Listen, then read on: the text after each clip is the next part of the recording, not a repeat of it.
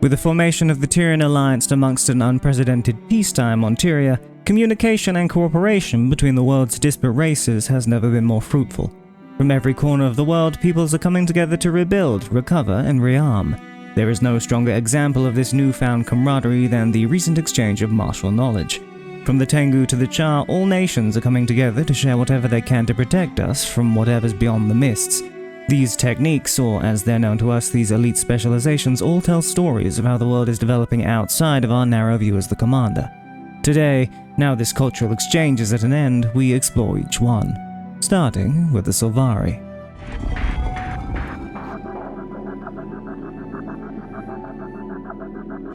The Troubadour, inspiring storytellers.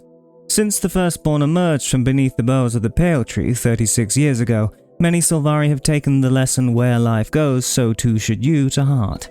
Traversing Tyria, battling their inner dragons and finding their place in the time after, these far-flung travelers have seen and done much in such a short time, and some, whether through whim or wild hunt, have taken to regaling Tyrians with tales of recent famous and infamous figures, such as the cunning Dougal Keen, the fearless Almora Soulkeeper, and even the scathing Scarlet Briar. Now these Sulvari troubadours have returned from their time abroad to share their craft in good faith and to strengthen the bonds between their people and the rest of the Tyrian alliance. Choosing to channel their magic into music rather than clones, the Mesmer's reality-warping effects are adapted to modern needs. This Sulvari knowledge changes tales into power. A song is all they need to turn the tides of battle. Hailing from the Dominion of Winds, the Tangu are one of the more reclusive peoples to join us in the alliance, but this hesitant race seems to be testing the waters, seeing if it's ready to strike out into the world. The Galeshot, Masters of the Wind. For over 100 years, the Tangu of the Dominion of Winds have kept their gates shut and their arrows trained on the outside world. After minions of Primordus and Jormag threatened to siege the Dominion's walls in the last Dragon Rise, some Tangu have emerged to more actively engage in Tyrian affairs, and, as a rare honor, offer cultural exchange at behest of their royal houses. One such exchange is the honored tradition of the Galeshot. These Tangu archers, skilled and oath-bound to protect the royal houses, are able to summon the 4 cardinal winds to form a powerful cyclone bow and deliver swift justice to their foes. As contributing members of the Tyrian alliance, the Tangu now offer tutelage in these skills to willing outsiders who express interest in the Galeshot craft. During Jormag's attack on Caradon Forest, we first made contact with the Tangu from the Dominion of Winds, Caldra's Sparrowhawk. It seemed the Dominion of Winds was reaching out for aid. Unprecedented, but not something the commander and his allies would refuse. Along with Canuck, who was less than enthused about helping a people who had denied the world help in its darkest hours, we sieged Jormag's ice brood at the gates of the city, perhaps in turn opening their eyes to the outside world. Among all the races in Tyria, this cultural exchange is perhaps the highest of note. Times are changing and the Tangu are starting to adapt. From one beast race to another, one that's quite its opposite, the ruthless and expansionist Charr, much to my disapproval, have relaxed over the years. Still, some races under the Alliance's banner may still be cautious about counting this savage race in its number. But never let anyone tell you the Charr aren't shrewd. With Jormag's rising being partly the fault of the Charr, and more specifically the Blood Legion's rogue Imperator Bangar Ruinbringer and his renegade faction the Dominion, it is not surprising the Charr may feel a need to prove themselves in this alliance. After this civil war came to an end, the race's 4 disparate legions, Ash, Iron, Blood and Flame, have started to pick up the pieces, coming together in the aftermath. With a shaky but ever stronger growing alliance, the Charr are ready to extend a hand in friendship. The Luminary, protectors of the secret flame. In the years following the Charr civil war and the scattering of Bangar's dominion, relations between the 4 legions have remained steady, bolstered by events after the end of the Dragon Cycle. With the Flame Legion formally rejoining the legions and the Iron Legion having appointed Smoda's successor, the 2 legions sought to commemorate the changing times with a joint project. Thus the Luminary was born. In a shrewd diplomatic play, the 2 legions have since agreed to share their combined efforts with the Tyrian Alliance and its member races in the spirit of continued collaboration in this new era. Luminaries bear an enchanted iron brazier that sustains a powerful sacred flame. The bearer can wreath themselves with this fire and wield a blazing arsenal of weapons against their foes while striking powerful stances mid-fray. Iron and flame is a deadly combination, and one I'm sure the Alliance is glad to have on their side. While the Charr coming together as a whole, so too it seems is Lion's Arch. Being the host city for the Alliance's headquarters, they too have come to share what they know, and what does a pirate city know better than blood, trade, and treasure? The Antiquary, Improvisional Procurers. The balance of black market trade and above-board commerce in Lion's Arch has tipped towards legitimacy in recent years, and the Captain Council has banded together with several smaller factions to claim a place in the Tyrian alliance. But the discovery of Janthiri artifacts has started a gold rush as explorers hustle to procure rare and valuable items that no living culture can lay claim to. The somewhat euphemistically titled antiquaries pride themselves on their scholarly appreciation for artifacts they acquire. Many even keep a few for their private collections, ready to impress colleagues at the tavern or blindside foes on the battlefield. And whether they are priory historians or pirates, Lion's Arch is still their favorite nexus for trading and selling their wares and knowledge. Lion's Arch is set to become a hub of world trade, but their grey past won't be forgotten. These antiquaries, often seeming to team up with the lesser race, the rat-like Skrit, are a wild card not to be taken lightly. Taking after the reputation of the forge at the centre of their city, you'll never know if the dice rolls in your favour. From relics of old to the spirits that once owned them, the people of Cantha are opening their gates to the outside world.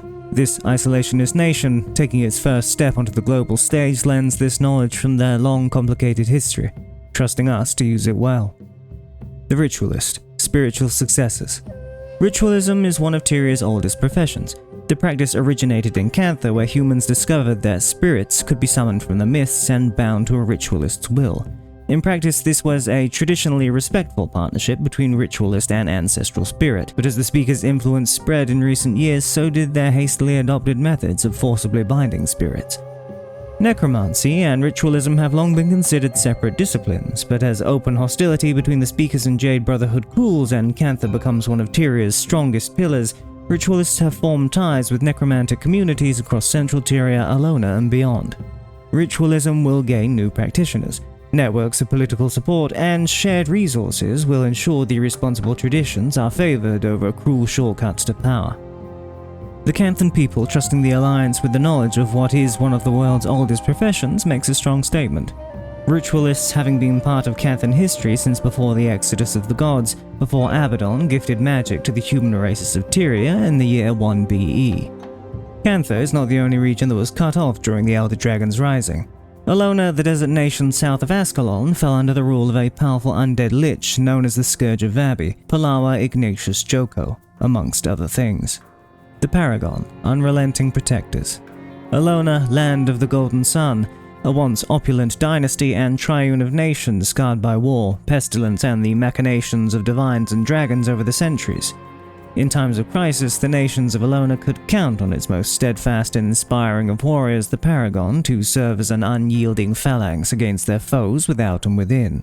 In the past, these spear and shield-wielding fighters were a favoured specialization among the storied Sun Spears.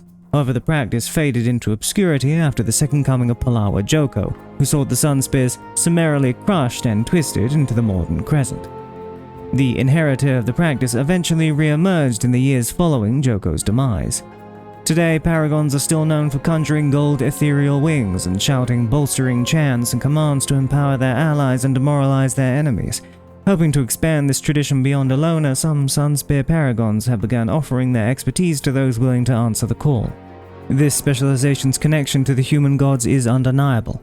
Paragons, originally chosen by the gods to be their emissaries among mortal people, are now without them. And not only that, they are now offering their knowledge to those outside of their races, some of which do not hold their gods in high regard. How their teaching will change because of this waits to be seen, but there is little doubt of what an asset this is to the Alliance. Humans aren't the only ones with a long history of faith, however. The Norn approach the Alliance offering their knowledge of the spirits of the wild. The Evoker, Spiritual Summoners. Having toppled the powerful Jotun civilization in the previous Dragon Rise, Jormag was poised to claim the Shiver Peaks and beyond as they awoke once again. However, as the dragon's influence crept south of the mountainous crown, displacing the various Kodan sanctuaries, it collided with the stalwart and courageous resolve of the Norn and their ever-watching guides, the spirits of the wild. Despite their resistance, Jormag's campaign left lasting scars on many of the spirits, consuming or corrupting those that held the line. In the years since Jormag's defeat, the Norn have made strides to reconnect and commune with the spirits. Many now turn to old practices that harken to a time when the first pacts that entwined both groups in spiritual harmony were spoken, the centuries-old tradition of the Evoker. Drawing upon forces of the natural world, these Norn elementalists call upon spiritual companions and empower them with elemental energies. At the spirit's behest, the Norn have been encouraged to share this practice beyond their own to help restore and heal Tyria's nature spirits. For years, a number of lesser spirits had grown quiet. When the elder dragon Jormag awoke in the far north, the Norn, guided by the four greater spirits Wolf, Raven, Snow Leopard, and Bear, were forced south, eventually forming the city of Hallbrack. Some lesser spirits, most notably Ox, Owl, Wolverine, and Eagle, stayed behind to battle it. Owl was known to have died in that battle, and Ox, Wolverine, and Eagle became lost. Years later, the commander and the wolf-born Bram Aerson come across the lost spirits. Finding them to be corrupted by Jormag, they work to gain their aid. Despite winning their favor, once the battle with the dragon champion Drakkar is won, the spirits were unable to wrestle free, succumbing to their corruption, vanishing as the champion is defeated. Not wanting to lose connection to their spiritual history again, with Jormag defeated and the dragon cycle at an end, it is not surprising the Norn would want to reconnect with the remaining lesser spirits, and even make their presence known to the others in the Alliance. Quite on the other end of the spiritual question, when the Azura approached the Alliance with their new innovations for battle, I can only assume they barged in at an inopportune time, dumping their sales pitch on everyone without a care in the world. The Amalgam, oozing with power. Azuran scientists have studied, manipulated, transformed, and occasionally displaced oozes at every level of scientific research. Endlessly adaptable, oozes can absorb the properties of substances and living creatures they come into contact with, and a recent breakthrough has allowed them to be used as a powerful tool for both defense and offense. The mercurial mold is a special species of ooze that can form a symbiotic bond with its owner and interpret their needs in battle. It's lightweight, responds instantly, requires no special feeding, and best of all, no fatalities have been reported as a result of the bonding process. Why not give it a try? After all, why not? Why not bind yourself to some nondescript, unknowable being with the promise of power? I'm sure that's never gone wrong before. Who was next? The Conduit, channeling the past. Centuries ago, the hero who defeated the fallen god Abaddon met a strange entity imprisoned deep within the realm of torment. Raza, a being born of the mists, freed by Abaddon's death to seek its own purpose in life. Raza chose to accompany the hero across Tyria, and its boundless curiosity led it to study and master any number of martial and magical disciplines. But Raza's story seemed to have ended with its companions. No one has seen or heard from it since. It may have returned to the mists to wander, or fallen to the corruption it once feared. It might have learned to mimic human behavior precisely enough to live 100 lives obscurely, or it could have been watching our world, still learning and waiting for someone like you. Blood in the water indeed. It's not surprising Raza might have its eyes on Tyria alongside the mass of other unknown horrors who seem interested in our little pocket of the mists as of late. Raza, spawned from the mist, while not demonic, is not quite human, having been known to work alongside mortals to help guide its form into something more approachable. If ignored, it could degenerate into an abomination, as monstrous and demonic as its brethren. While it tries to understand mortal emotions and behaviors, it lacks common sense and true understanding of the mortal world. Anyone thinking of bonding with this spirit should not take it lightly. These new combat methods should aid the Alliance well in the months to come.